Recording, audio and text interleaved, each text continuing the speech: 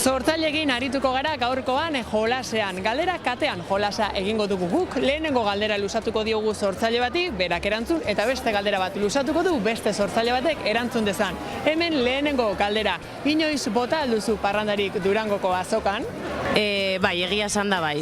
Batzuetan ateratzen zara hemendik burua topera eta bikaina edo hiru hartu behar dira. Nire galdera, ze musika estiloa falta da Durangoko azokan? Bueno, kaixo guztioi, nik uste dut txirigota falta dela hemen, azokan barnean, egoteko musika estilo bezala. Eta nik galdera bat daukat, zenbat estan daude Durangoko azokan? 276.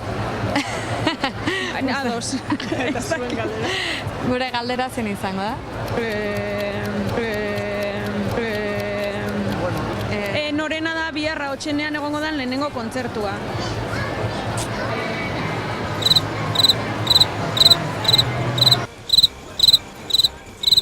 Ez dakit, nik hitzaldiak zein izango diren badakit, baina kontzertuen berri ez badakit gaur gauean zetak taldea plateruenan izango dela. Gaur arte bakarrik iristen zait irudimena. Ea ba erantzuten didazun bersotan. Uste dut, hobeto izango dela, zure tinpanok eskertuko dute nik bertsotan erantzuten ez dut. Beraz, nire galdera da, hurrengo sortzailearentzat, zein da sortzeko ordurik egokiena? Oso goizean oso goiz ez dan beste edozein ordu. Eta nire galdera da, zein dan zure kolore gustokoena? Ez dakit zein dan gustokoena, baina gehien jantzi dutena, eta bizitzan gehien erabili dutena da urdina, edo azula guk etxean esaten dolez.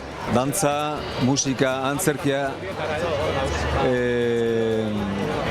abar luze bat zein duzu gustokoen? Bueno, guztien artean nik egia esan musikarekin daukat harreman oso estu bat.